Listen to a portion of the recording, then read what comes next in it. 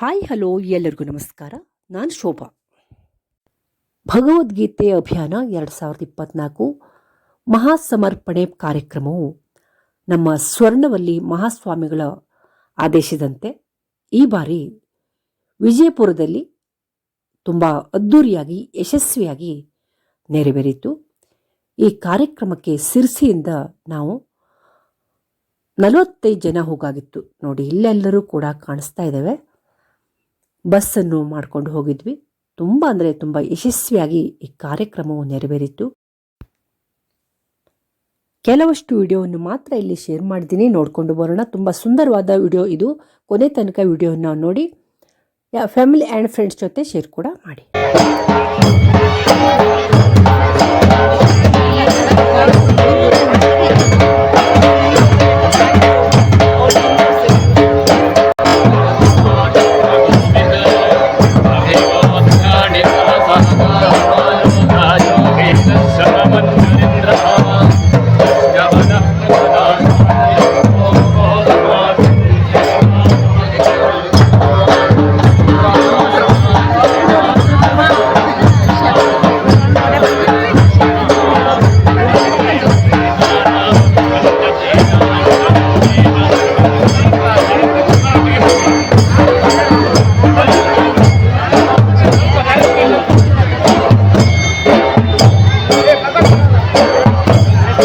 ಶ್ರೀಗಳಿಂದ ಗೋಪೂಜೆ,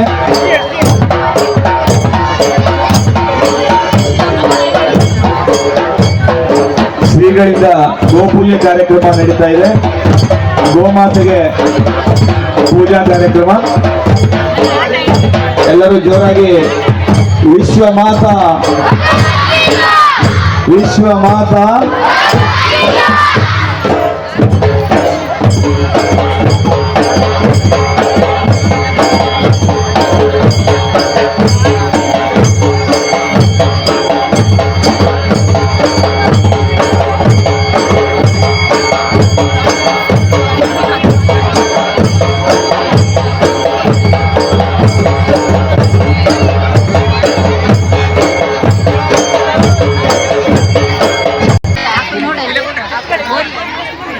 ಲೋಗಾದಿಂದ ವಿಶೇಷವಾಗಿ ಡೊಳ್ಳಿನ ತಂಡ ಆಗಮಿಸಿದೆ. ಅವರಿಗೂ ಕೂಡ ಸ್ವಾಗತ.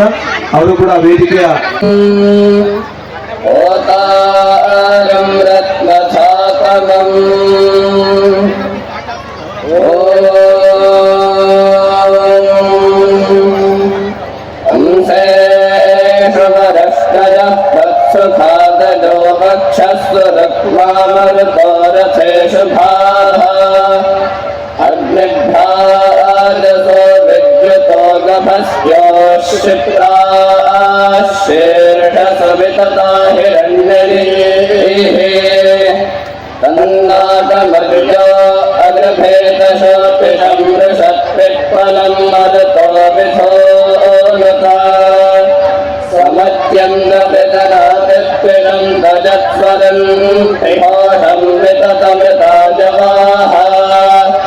ಯಸ್ಮಾದತ್ರಸ್ಯ ಮರುತ ವಿಜಯಕಸಾರಾಜಸ್ಯ ಅಮರಥ್ಯೋ ಓಮಜಸ್ವತಃ ನಜೋ ಗಚ್ಚತಿ ಶಿಷ್ಯೋ ಯಥಾ ದಿವೋ ಓಸ್ಮೇರಾನಂದಮರುತಃ ಸಹಸ್ರಿಣಂ ಯೋಜಂ ರಜಂ ವರತಸ್ಪಾರಹವೇರೈಯೋರ್ಯಮೃಷಿಮವತಸಾಮಮಿತ್ರಂ ಯೋಜಮರ್ಬಂಧಂ ಭರತಾಜವಾಜೈ ಯೋಜಂ ಭಕ್ತರಾಜಾನಂ ಸೃಷ್ಟಿಮಂದಂ ತದ್ವೋಯಾಮಿದ್ರವಿಣಂ ಸದ್ಯ ಓತಜೋಜೇನಾಸ್ಮಾ ಅರ್ಣತತನಾ ಮಂದ್ರೇ ರಭೇ ಇದಂ ಸುಮೇ ಮರುತೋ ದಿತ್ಯರಾಮಚೋಜಸ್ಯ ತರೇ ಮತರಸಾ ಶತಂ ಹಿಮಾಹ ಹರೇ ರೂಪಸ್ತ್ವಂ ಜ್ಯೋತಿಷಾ ಪ್ರಭರೋ ಯಯಃ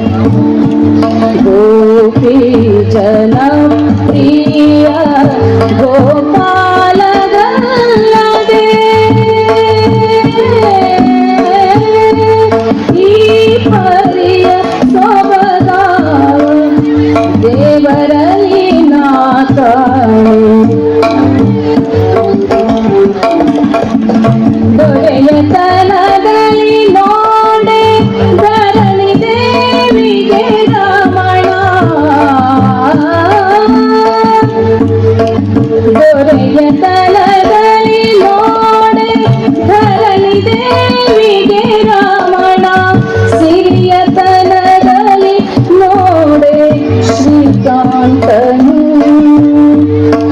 ಹಿರಿಯ ತಲದಲ್ಲಿ ನೋಡೆ ಸರಸಿ ಜೋಂಬವನಯ್ಯ ಗುರುವು ತಲದಲ್ಲಿ ನೋ ಜಗದಾದಿ ಗುರು ಈ ಪರಿಯ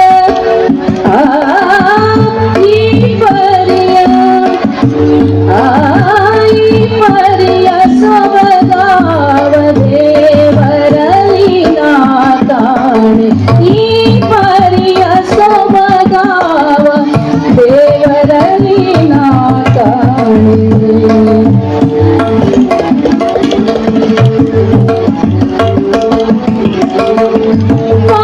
ಪಾವನತ್ವದಿ ನೋಡೆ ಅಮರ ಗಂಗಾ ಜನಕ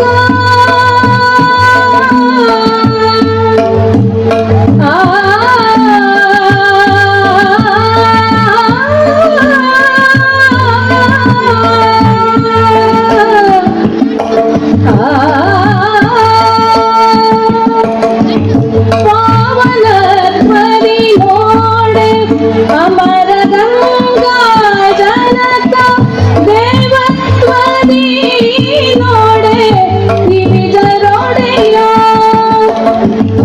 ಲಾವಣ್ಯದಲ್ಲಿ ನೋಡೆ ಲೋಕಮೋಹಕನಯ್ಯ ಆವಧೈರ್ಯದಿ ನೋಡೆ ಅಸುರಾಂತಕ ಈ ಪರಿಯ ಸೊಬಗಾವ ದೇವರಲ್ಲಿ ನಾ ಕಾಣೆ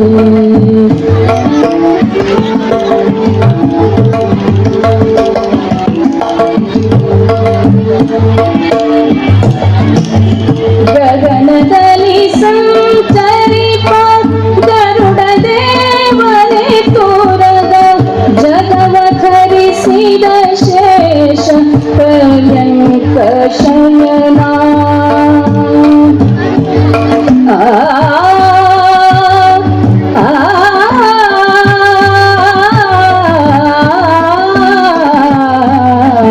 ಗಗನದಲ್ಲಿ ಸಂಚರಿಪ ಗರುಡ ದೇವನೇ ತೋರದ ಜಗವ ಧರಿಸಿದ ಶೇಷ ಪರ್ಯಂಕ ಶಯನ ನಿಗಮ ಗೋಚರ ಪುರಂದರ ವಿಠಲಗಲ್ಲದೆ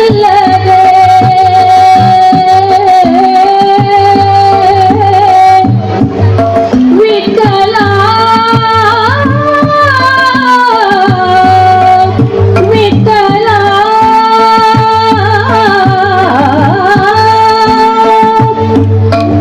ನಿಗಮ ಗೋಚರ ಪುರಂದರ ವಿಠಲಗಲ್ಲದೆ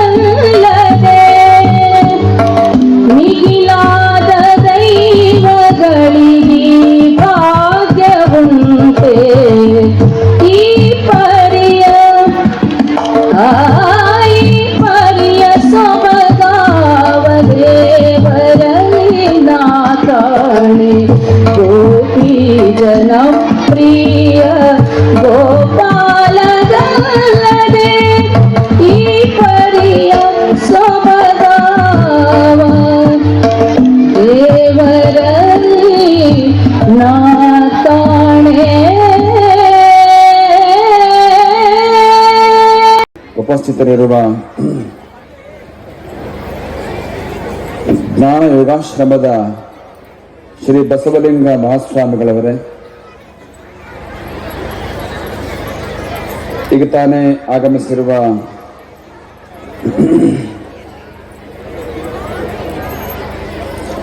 ವಿಧಾನ ಪರಿಷತ್ ಸದಸ್ಯರಾದ ಶ್ರೀ ಕೇಶವ ಪ್ರಸಾದ್ ರವರೇ, ಎಲ್ಲ ಯತಿ ವರೇಣ್ಯರೇ, ಎಲ್ಲ ಗೌರವಾನ್ವಿತರೇ, ಸಮ್ಮುಖದಲ್ಲಿ ಆಸೀನರಾಗಿರುವ ವಿವಿಧ ಜಿಲ್ಲೆಗಳಿಂದ ಆಗಮಿಸಿರುವ ಭಗವದ್ಗೀತಾ ಅಭಿಯಾನದ ಎಲ್ಲ ಕಾರ್ಯಕರ್ತ ಬಂಧು ಭಗಿನಿಯರೇ, ವಿಜಯಪುರ ಜಿಲ್ಲೆಯ ಎಲ್ಲ ಮಹಾಜನರೇ, ಮಾತೆಯರೇ, ಮುದ್ದು ಮಕ್ಕಳೇ,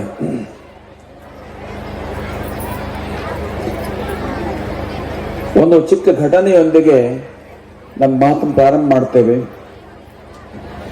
ಸುಮಾರು 10 ವರ್ಷದ ಹಿಂದೆ ನಡೆದ ಘಟನೆ. ಮೈಸೂರಿನ ಮಹಾರಾಜರಾಗಿದ್ದ ನೀಲಕಂಠ ದತ್ತ ಒಡೆಯರ್ ಅವರು ದಿವಂಗತರಾದರು. ಮಕ್ಕಳೆಲ್ಲ ಶಾಲೆಗೆ ಹೋಗಿದ್ರು. ಶಾಲೆ ಹೋದ ನಂತರ ಗೊತ್ತಾಯ್ತು, ತಕ್ಷಣವೇ ರಜೆ ಘೋಷಣೆ ಆಯ್ತು. 3 ದಿನಗಳ ರಜೆ. ಎಲ್ರಿಗೂ ಖುಷಿಯೋ ಖುಷಿ. ಸರ್ಕಾರ ಘೋಷಣೆ ಮಾಡಿದ್ದೇನು 3 ದಿನ ಶೋಕಾಚರಣೆ ಮಾಡೋದು ಯಾರಿಲ್ಲ, ಎಲ್ರಿಗೂ ಖುಷಿಯೋ ಖುಷಿ.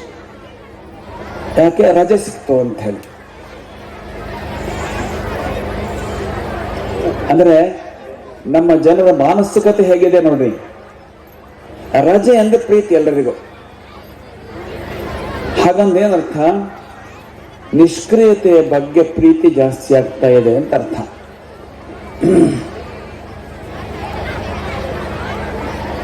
ಜಪಾನ್ ದೇಶದಲ್ಲಿ ನಡೆದ ಘಟನೆ ನಾವು ಕೇಳಿದ್ದು.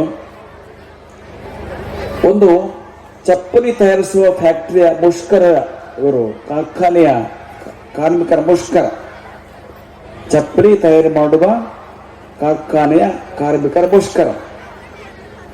ಹೆಂಗ್ ಮಾಡಿದಂತಂದ್ರೆ 1 ವಾರಗಳ ಕಾಲ ಒಂದೇ ಚಪ್ಪಲಿ ತಯಾರು ಮಾಡುದು. ಒಂದು ಮನುಷ್ಯರು 2 ಚಪ್ಪಲಿ ಬೇಕಾಗತ್ತಲ್ವಾ? ಎಡಕ್ಕೆಂದು ಬಲಕ್ಕೆಂದು ಒಂದೇ ತಯಾರು ಮಾಡುದು 1 ವಾರಗಳ ಕಾಲ.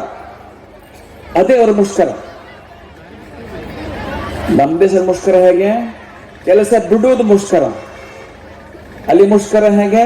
ಕೆಲಸವನ್ನೇ ಬೇರೆ ರೀತಿಯಲ್ಲಿ ಮಾಡೋದು ಮುಷ್ಕರ. ನಾವು ನಿಷ್ಕ್ರಿಯತೆ ಕಡೆ ವಾಲ್ತಾ ಇದ್ದೀವಿ. ಅವರು ಸಕ್ರಿಯ ಇರೋದ್ರಿಂದನೇ ಅಭಿವೃದ್ಧಿ ಹೊಂದಿದ್ದಾರೆ. ಈ ರೀತಿಯ ನಿಷ್ಕ್ರಿಯತೆಯ ಪ್ರೀತಿಯಿಂದಾಗಿ ಅನೇಕ ಸಮಸ್ಯೆಗಳು ಕೂಡ ಉದ್ಭವಿಸಿದ್ದಾವೆ. ಬಹಳ ಮುಖ್ಯವಾಗಿ ಶರೀರಕ್ಕೆ ಚಟುವಟಿಕೆ ಕೊರತೆಯಿಂದಾಗಿ ಮೈಯ ಬೊಜ್ಜು ರೋಗ ಶುರುವಾಗಿದೆ. ಹಾಗೆ ಅನೇಕ ಅನಾರೋಗ್ಯಗಳು ಬಂದಿದ್ದಾವೆ. ಹೀಗೆ ನಿಷ್ಕ್ರಿಯತೆಯ ಒಂದು ದುಷ್ಪರಿಣಾಮಗಳು ಕಂಡು ಬರ್ತಾವೆ. ಇದು ಒಂದು ಕಡೆ ಆದರೆ, ಇನ್ನೊಂದು ಕಡೆ ದೇಶದಲ್ಲಿ ಅಪರಾಧ ಪ್ರಕರಣಗಳು ಜಾಸ್ತಿ ಆಗ್ತಾ ಇದ್ದಾವೆ. ಎಲ್ಲ ನ್ಯಾಯಾಲಯಗಳಲ್ಲಿ, ಎಲ್ಲ ಪೊಲೀಸ್ ಸ್ಟೇಷನ್ಗಳಲ್ಲಿ, ಬಹುತೇಕ ಎಲ್ಲ ಪೊಲೀಸ್ ಸ್ಟೇಷನ್ಗಳಲ್ಲಿ ವರ್ಷದಿಂದ ವರ್ಷಕ್ಕೆ ಅಪರಾಧ ಪ್ರಕರಣಗಳು ಜಾಸ್ತಿ ಆಗ್ತಾ ಇವೆ.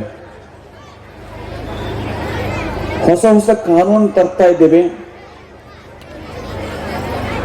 ಅಪರಾಧ ತಡೆ ಕಾನೂನುಗಳನ್ನ. ಆದರೆ ಅದರಿಂದಲೇ ಈ ಅಪರಾಧ ಪ್ರಕರಣದ ಹೆಚ್ಚಳದ ವೇಗ ಕಡಿಮೆ ಆಗೋದಿಲ್ಲ. ಅದಕ್ಕೆ ಬದಲಾಗಿ ಜನರ ಮಾನಸಿಕತೆಯನ್ನು ಸುಧಾರಿಸಬೇಕಾಗಿದೆ. ಅಪರಾಧಿ ಆದ ನಂತರ ಶಿಕ್ಷಿಸುವುದು ಒಂದು ಲೆಕ್ಕ ಇರಲಿ, ಅದು ಬೇಕಾದು, ಖಂಡಿತ ಬೇಕಾದು.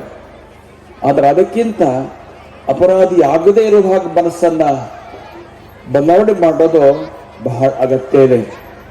ಭಗವದ್ಗೀತೆ ಅಂಥ ಒಂದು ಪರಿವರ್ತನೆಯನ್ನು ಜನರ ಮನಸ್ಸಿನಲ್ಲಿ ತರ್ತದೆ. ಅಪರಾಧದ ಮೂಲವಾಗಿರುವ ಕಾಮ ಕ್ರೋಧಗಳನ್ನ, ಅಂದ್ರೆ ಅತಿ ಆಸೆ ಮತ್ತು ಅತಿ ದ್ವೇಷಗಳನ್ನ ನಿಯಂತ್ರಿಸಿಕೊಳ್ಳುವುದು ಹೇಗೆ ಅನ್ನೋದನ್ನು ಕಲಿಸ್ತದೆ. ಒಟ್ಟಾರೆ ಒಂದು ಕಡೆ ಕ್ರಿಯಾಶೀಲತೆಯನ್ನು ಕಲಿಸಬೇಕಾಗಿದೆ ನಮ್ಮ ಜನಗಳಿಗೆ. ಕರ್ಮಯೋಗ, ಅದೇ ಭಗವದ್ಗೀತೆ ಕೊಡೋ ಕರ್ಮಯೋಗ. ಇನ್ನೊಂದು ಕಡೆ ಈ ಅಪರಾಧಿಗಳ ಸಾರಿಗೆ ಸೇರಿಕೊಳ್ಳುವಂತಹ ಪ್ರವೃತ್ತಿ, ಅಪರಾಧದ ಪ್ರವೃತ್ತಿಯ ಮೂಲ, ಅದನ್ನು ನಿವಾರಣೆ ಮಾಡಬೇಕಾಗಿದೆ. ಇವೆಲ್ಲ ಒಂದು ಉದ್ದೇಶದಿಂದ ಚಿಂತನೆ ನಡೆದು ಭಗವದ್ಗೀತಾ ಅಧ್ಯಯನ ಶುರುವಾಗಿದೆ. ಶಿಕ್ಷಣ ಅದೊಂದು ಸರಿ ಇತ್ತು ಅಂತಂದ್ರೆ ದೇಶ ಎಲ್ಲ ಹೇಳ್ತದೆ. ಶಿಕ್ಷಣ ಒಂದು ಬಿದ್ದರೆ ದೇಶವೆಲ್ಲ ಬೀಳ್ತದೆ. ಆದ್ದರಿಂದ ನಮ್ಮ ಘೋಷಣೆ ಇದೆ, ಆಗಲೇಬೇಕು ತಕ್ಷಣ ಭಗವದ್ಗೀತೆ ಶಿಕ್ಷಣ. ಮಕ್ಕಳ ಹೇಳ್ರಿ, ಆಗಲೇಬೇಕು ತಕ್ಷಣ ಭಗವದ್ಗೀತೆ ಶಿಕ್ಷಣ. ಮಕ್ಕಳು ಹೇಳಿ, ಆಗಲೇಬೇಕು ತಕ್ಷಣ ಭಗವದ್ಗೀತೆ ಶಿಕ್ಷಣ. ಆಗಲೇಬೇಕು ತಕ್ಷಣ ಭಗವದ್ಗೀತೆ ಶಿಕ್ಷಣ. ತಕ್ಷಣ ಶಿಕ್ಷಣದಲ್ಲಿ ಒಂದು ಸಂಸ್ಕಾರದ ಪ್ರಕ್ರಿಯೆ ಇನ್ನಷ್ಟು ಚುರುಕುಗೊಂಡ್ರೆ ಈ ನಿಷ್ಕ್ರಿಯತೆಯೂ ಇನ್ನಷ್ಟು ಕಡಿಮೆ ಆಗ್ತದೆ. ಅಪರಾಧ ಪ್ರವೃತ್ತಿ ಕೂಡ ಇನ್ನಷ್ಟು ನಿಯಂತ್ರಣ ಖಂಡಿತ ಬರ್ತದೆ. ಈ ಅಭಿಯಾನದ ಉದ್ದೇಶ ವ್ಯಕ್ತಿತ್ವ ವಿಕಸನ, ನೈತಿಕತೆ ಪುನರುತ್ಥಾನ, ಸಾಮಾಜಿಕ ಸಾಮರಸ್ಯ ಮತ್ತು ರಾಷ್ಟ್ರೀಯ ಭಾವೈಕ್ಯ. ವಿಜಯಪುರದ ಅಭಿಯಾನ ಈ ಸಲ ಅತ್ಯಂತ ವಿಶೇಷವಾಗಿ ನಡೆದಿದೆ. ಬರೀ ವಿಜಯಪುರ ಜಿಲ್ಲೆಯಲ್ಲಿ ಮಾತ್ರ ಅಲ್ಲ, ರಾಜ್ಯದಲ್ಲಿ ಕೂಡ ಭಗವದ್ಗೀತೆ ಅಭಿಯಾನ ಶುರುವಾದ ನಂತರದ ಒಂದು ಹೊಸ ದಾಖಲೆ ಈ ವರ್ಷ, ದಾಖಲೆಯ ವರ್ಷ ಇದೆ. ಯಾಕಂದ್ರೆ ಇಡೀ ರಾಜ್ಯದಲ್ಲಿ ನಮ್ಮ ಸಿಕ್ಕಿರೋ ಲೆಕ್ಕದ ಪ್ರಕಾರ 1633 ಶ್ಲೋಕ ಕೇಂದ್ರಗಳಾಗಿದ್ದಾವೆ.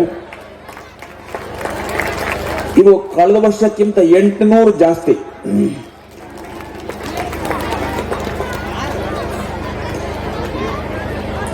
ಇನ್ನೊಂದು ಈ ವರ್ಷದ ಭಗವದ್ಗೀತಾ ಅಭಿಯಾನದ ದೊಡ್ಡ ಐತಿಹಾಸಿಕ ದಾಖಲೆ ಅಂತಂದ್ರೆ, ರಾಜ್ಯದ ಎಲ್ಲಾ ಜಿಲ್ಲೆಗಳಲ್ಲಿ ಮೊನ್ನೆ 11ನೇ ತಾರೀಕಿನ ದಿವಸ ಗೀತಾ ಜಯಂತಿ ನಡೆದಿದೆ. 50ಕ್ಕೂ ಹೆಚ್ಚು ಕಡೆಗಳಲ್ಲಿ ಗೀತಾ ಜಯಂತಿ ಸಮಗ್ರ ಗೀತಾ ಪಠನ ಮತ್ತು ಗೀತಾ ಪ್ರವಚನ ಮತ್ತು ಮೆರವಣಿಗೆಗಳಾಗಿದ್ದಾವೆ. ಈ ಒಂದು ವಿಜಯಪುರ ತುಂಬಾ ಅದ್ಭುತವಾದ ಹಿನ್ನೆಲೆ ಉಳ್ಳಂತಹ ಒಂದು ಜಿಲ್ಲೆ. ಈ ನೆಲದಲ್ಲಿ ಹಿಂದೆ ಅನೇಕ ಜನ ಮಹಾತ್ಮರು ಆಗಿ ಹೋಗಿದ್ದಾರೆ.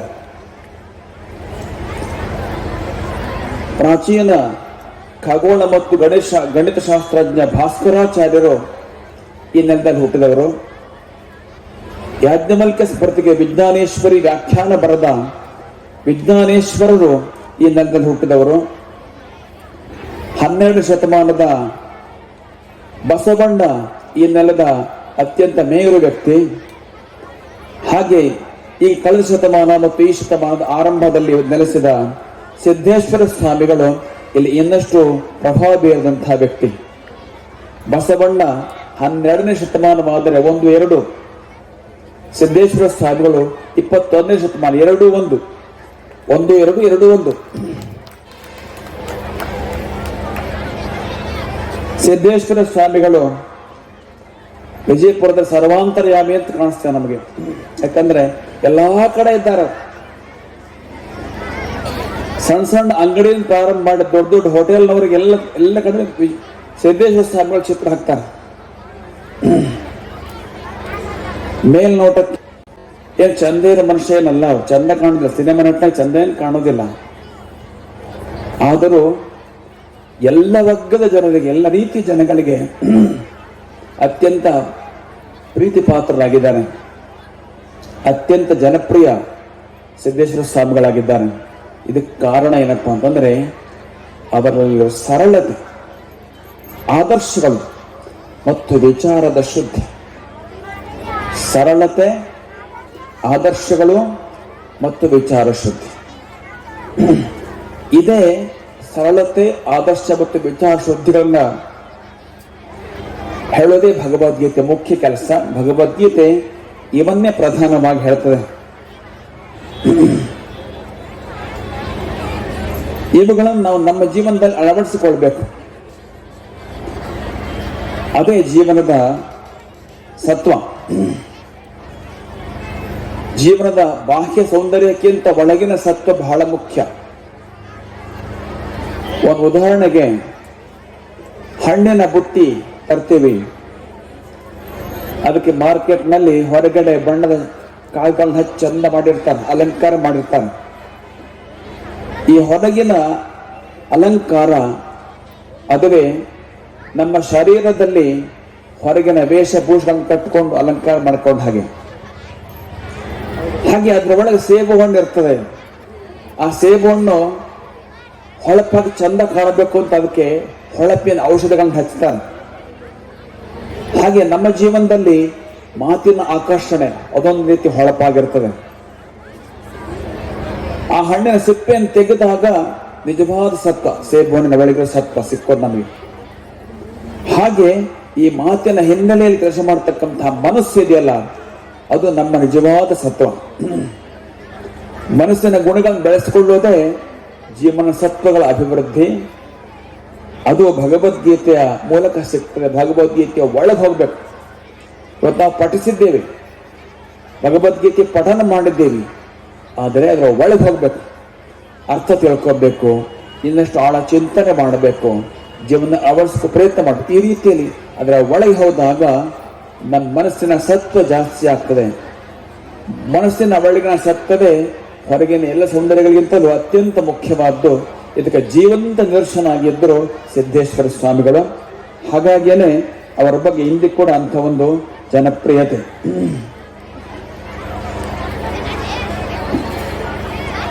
ಈ ಸಲದ ಭಗವದ್ಗೀತಾ ಅಭಿಯಾನ ವಿಜಯಪುರ ಜಿಲ್ಲೆಯಲ್ಲಿ ಅನೇಕ ಐತಿಹಾಸಿಕ ದಾಖಲೆಗಳನ್ನು ಸ್ಥಾಪನೆ ಮಾಡಿದೆ.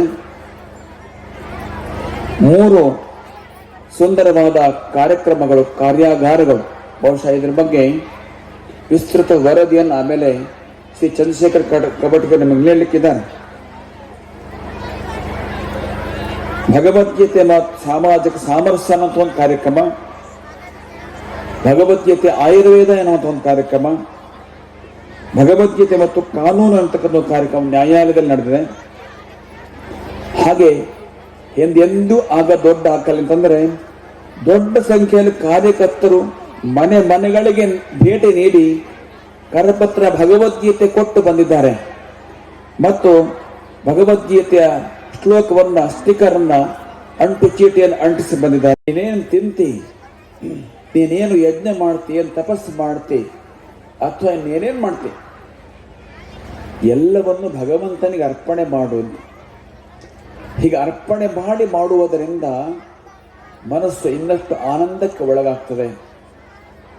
ಮನಸ್ಸಿಗೆ ಕ್ರಮೇಣ ಜ್ಞಾನ ಮಾರ್ಗ ತೆರೆದುಕೊಳ್ತದೆ. ಹಾಗಾಗಿ ಅರ್ಪಣೆ ಮಾಡುವುದಿದೆಯಲ್ಲ ಬಹಳ ಮುಖ್ಯ ಭಗವದ್ಗೀತೆಯಲ್ಲಿ. ಅದು ಅವನ ಮಾತಿನಲ್ಲೇ ಬಂದಿದೆ. ಹಾಗಾಗಿ ನಾವೇನು ಈಗ 1.5 ತಿಂಗಳ ಕಾಲ ಶ್ಲೋಕ ಕಲ್ತಿದ್ದೀವಿ, ಕಲಿಸಿದ್ದೀವಿ, ಅಥವಾ ಏನೇನು ಕೆಲಸ ಮಾಡಿದ್ದೀವಿ, ಎಲ್ಲ ಕೆಲಸಗಳನ್ನು ಕೂಡ ಭಗವಂತನ ಪಾದಾರವಿಂದಗಳಿಗೆ ಅರ್ಪಣೆ ಮಾಡತಕ್ಕಂಥ ಒಂದು ಕಾರ್ಯಕ್ರಮ ಇದು. ಅಂಥ ಒಂದು ಚಿಂತನೆಯೊಂದು ಈ ಕಾರ್ಯಕ್ರಮ ಆಯೋಜನೆಯಾಗಿದೆ. ಈ ಕಾರ್ಯಕ್ರಮಕ್ಕೆ ನಮ್ಮ ಜೊತೆ ಹೆಗಲಿಗೆ ಹೆಗಲು ಕೊಟ್ಟು ಕೆಲಸ ಮಾಡಿಕೊಟ್ಟಿರುವ ಶ್ರೀ ಬಸವಲಿಂಗ ಮಹಾಸ್ವಾಮಿಗಳು ಜ್ಞಾನ ಯುಗಾಶ್ರಮ ಅವರು ಉಪಸ್ಥಿತರಿದ್ದಾರೆ. ಹಾಗೆ ಸಿಂದಗಿಯ ಶ್ರೀ ಪ್ರಭು ಸಾರಂಗದೇವ ಶಿವಾಚಾರ್ಯ ಸ್ವಾಮಿಗಳು ಬಹುಶಃ ಕೆಲವೇ ಸಮಯದಲ್ಲಿ ಬರಲಿಕ್ಕಿದ್ದಾರೆ. ಜಿಲ್ಲೆಯ ಅನೇಕ ಜನ ಮಠಾಧೀಶರು, ಸಂತರು, ಯತಿ ವರೇಣ್ಯರು, ಮಾತಾಜಿಯವರು ಇದರಲ್ಲಿ ಭಾಗವಹಿಸಿದಲ್ಲಿ ಕೆಲಸ ಮಾಡಿದ್ದಾರೆ. ಅವರಲ್ಲಿ ಅನೇಕರಲ್ಲಿ ಉಪಸ್ಥಿತರಿದ್ದಾರೆ. ಹಾಗೆ ಜಿಲ್ಲೆಯ ಜನಪ್ರತಿನಿಧಿಗಳು ಕೂಡ ದೊಡ್ಡ ಪ್ರಮಾಣದ ಸಹಕಾರ ಕೊಟ್ಟಿದ್ದಾರೆ. ವಿಶೇಷವಾಗಿ ಗೋವಿಂದ ಕಾರಜೋಳ ಅವರು ಮತ್ತು ಅವರ ಪುತ್ರ ಉಮೇಶ್ ಕಾರಜೋಳ ಅವರು, ಹಾಗೆ ಬಸವನಗೌಡ ಪಾಟೀಲ್ ಯತ್ನಾಳ್ ಅವರು, ಇವರೆಲ್ಲರ ಸಹಕಾರದಲ್ಲೇ ಈ ಕಾರ್ಯಕ್ರಮ ಇಷ್ಟು ಮಟ್ಟಿಗೆ ನಡೆದಿದೆ. ನಾವೇನು ಕೂತಿದ್ದೇವಲ್ಲ ಈ ಜಾಗ, ಇದು ಉಮೇಶ್ ಕಾರಜೋಳರವ್ರದ್ದು. ಇಡೀ ಜಾಗವನ್ನು ಪೂರ್ತಿಯಾಗಿ ಅವರು ಈ ಕಾರ್ಯಕ್ರಮ ಸಂಪೂರ್ಣ ಉಚಿತವಾಗಿ ಕೊಟ್ಟಿದ್ದಾರೆ.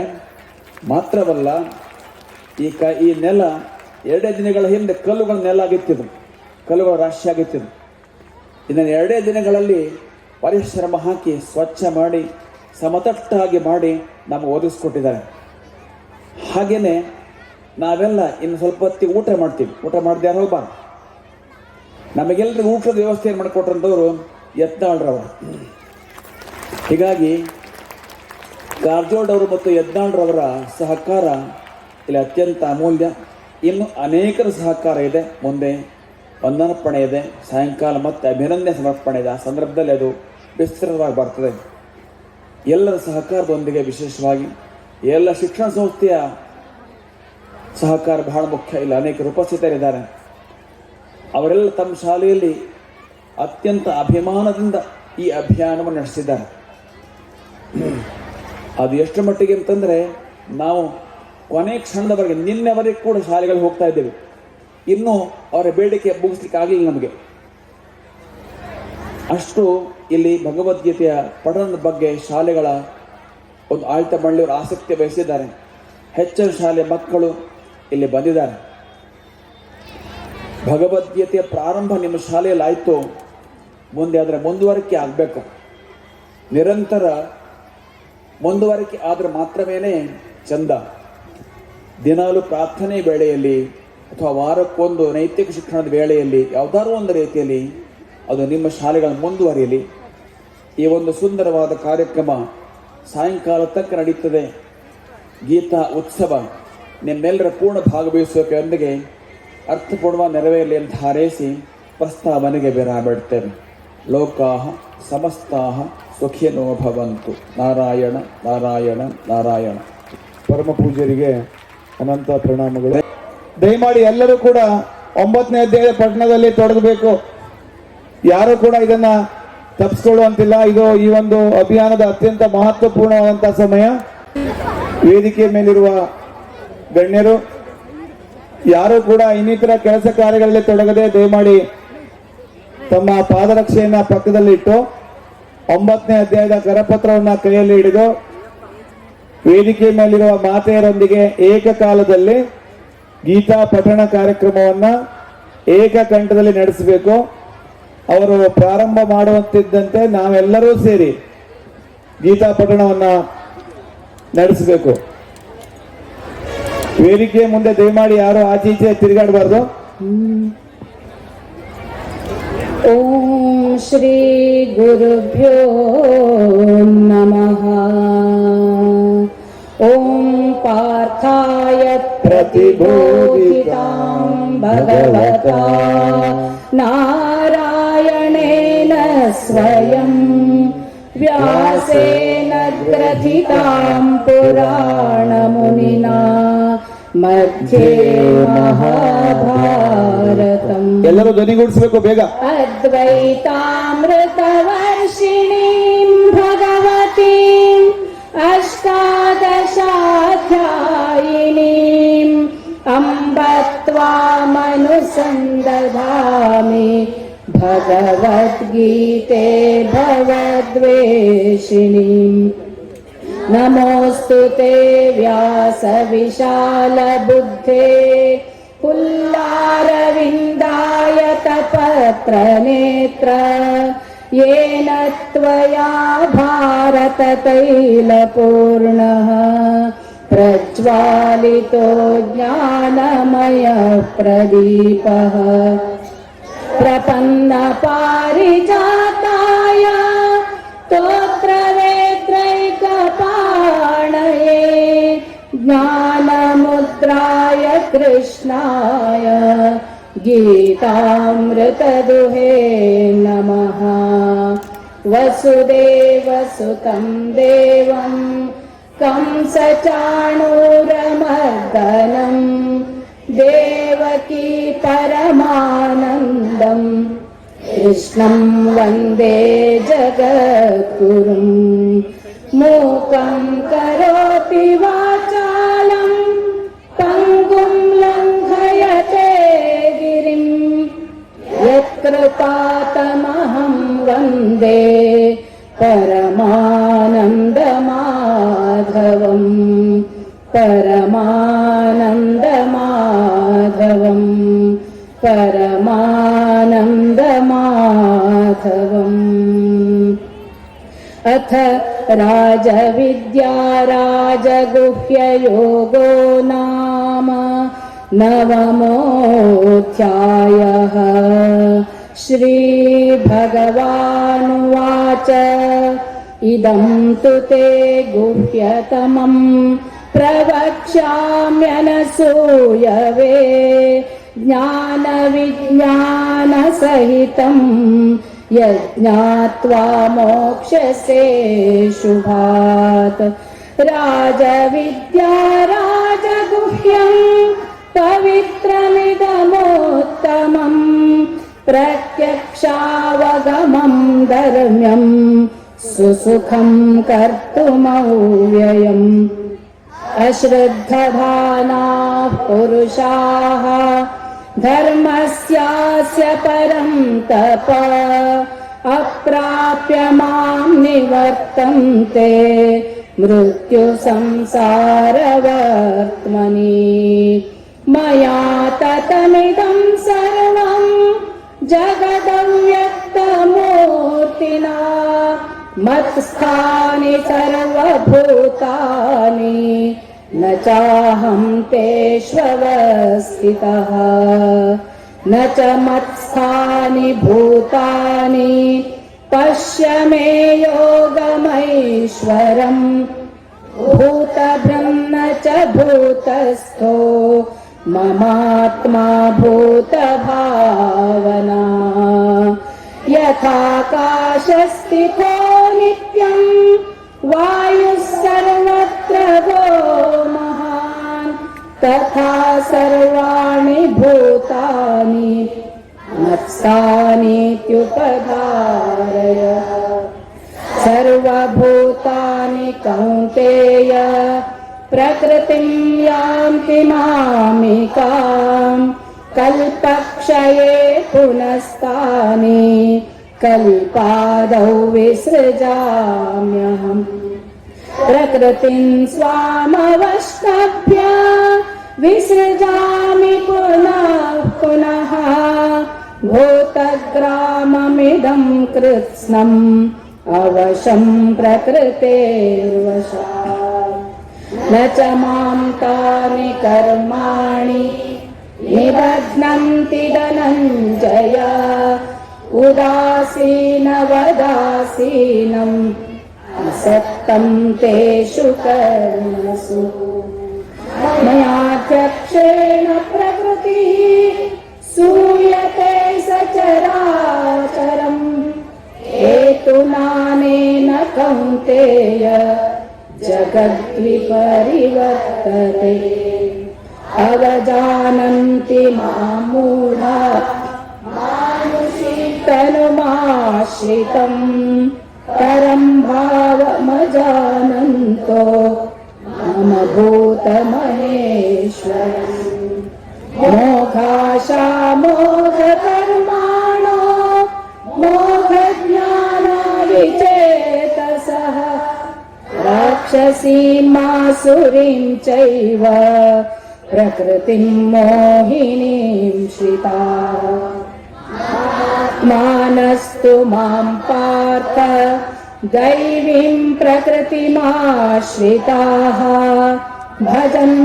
भजन्त्यनन्यमनसो ज्ञात्वा भूतान्यम् सततं कीर्तयन्तो मां यतन्तश्च दृढो व्रताः नमस्यन्तश्च मां भक्त्या नित्ययुक्ता उपासते ज्ञानयज्ञेन चाप्यन्ये तन्तो मामुपासते एकत्वेन पृथक्त्वेन बहुधा विश्वतो मुखम् क्रतुरहं यज्ञः स्वदाहमहमौषधम् मन्त्रोऽहमहमेवाजम् अवमग्निरहं हृतम् पिताहमस्य जगतो माता धाता पितामहः वेद्यं पवित्रमोङ्कार ऋक्सामयजुरेव च गतिर्भर्त्रा प्रभुः साक्षी निवासः शरणं सुहृत् प्रभवः प्रलयस्थानं निधानं बीजमौल्यम् तदाम्यहं वर्षं निगृह्णाम्यत्सृजामि च अमृतं चैव मृत्युश्च सदसच्चामवर्जुन त्रैविद्या मां सोमपापूतपापा यज्ञैरिष्ट्वा स्वर्गतिं पाथयन्ते ते पुण्यमासाद्य सुरेन्द्रलोकम् अश्नन्ति दिव्यां दिवि भोग भोगान् ते तं भुक्त्वा स्वर्गलोकं विशालम् क्षीणे पुण्ये मर्त्यलोकं विशन्ति एवं त्रयी धर्ममनुप्रपन्ना गतागतं कामकामा लभन्ते अनन्याश्चिन्तयन्तो मां ये जनाः पर्युपासते तेषां नित्याभियुक्तानां योगक्षेमं वहाम्यहम् येऽप्यन्यदेवता भक्ता यजन्ते श्रद्धयान्विताः तेऽपि मामेव कौन्तेय यजन्त्यविधिपूर्वकम् अहं हि सर्वयज्ञानां भोक्ता च प्रभुरेव च न तु मामभिजानन्ति तत्त्वेनातश्च्यवन्ति ते यान्ति देवव्रता देवान् पितॄणान्ति पितृव्रताः भूतानि यान्ति भूतेजा यान्ति मद्याजिनोऽपि माम् पत्रं पुष्पं फलं तोयं यो मे भक्त्या प्रयच्छति तदहं भक्त्युपहृतम् अश्नामि प्रयतात्मनः यत्करोषि यदश्नासि यज्जुहोषि ददासि यत् यत्तपस्यसि कौन्तेय तत्कुरुष्व मदर्पणम् शुभाशुभफलैरेवं मोक्षसे कर्मबन्धनैः संन्यासयोगयुक्तात्मा विमुक्तो मामुपैष्यसि समोऽहं सर्वभूतेषु न मे द्वेषोऽस्ति न प्रियः ये भजन्ति तु मां भक्त्या मयि ते तेषु चाप्यहम् अपि चेत् सुदुराचारो भजते मामनन्यभाक् साधुरेव समन्तव्यय सम्यक् व्यवसितो हि सः क्षिप्रं भवति धर्मात्मा शश्वच्छान्तिं निगच्छति कौन्तेय प्रतिजानीहि न मे भक्तः प्रणश्यति मामि पार्थव्यपाश्रित्य येऽपि स्युः पापयोनयः स्त्रियो वैश्यास्तथा शूद्राः तेऽपि यान्ति परां गतिम् किं पुनर्ब्राह्मणाः पुण्याः भक्ता राजर्षयस्तथा अनित्यमसुखं लोकम् इमं प्राप्य भजस्व माम् मन्मना भव मद्भक्तो मद्याजी मां नमस्कुरु मामे वैष्यसि युक्त्वैवम् आत्मानं मत्परायणः आत्मानं मत्परायणः आत्मानं मत्परायणः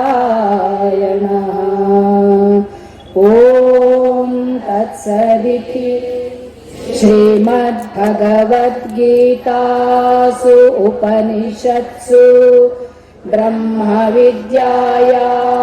योगशास्त्रे श्रीकृष्णार्जुनसंवादे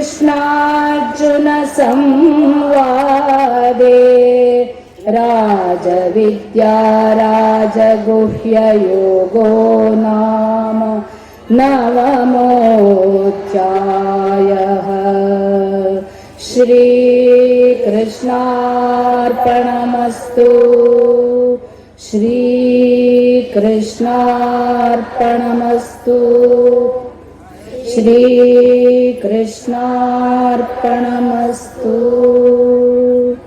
ವಿಶ್ವಮಾತಾ ಭಗವದ್ಗೀತಾ ವಿಶ್ವಮಾತಾ ಭಗವದ್ಗೀತಾ. ವಂದನೆಗಳು. ಈಗ ಅತಿಥಿಗಳಿಂದ ಮಾತು. ವಿದ್ಯಾರ್ಥಿಗಳೆಲ್ಲ ಇದೇ ರೀತಿ ಶಾಂತವಾಗಿ ಕೂತ್ಕೋಬೇಕು.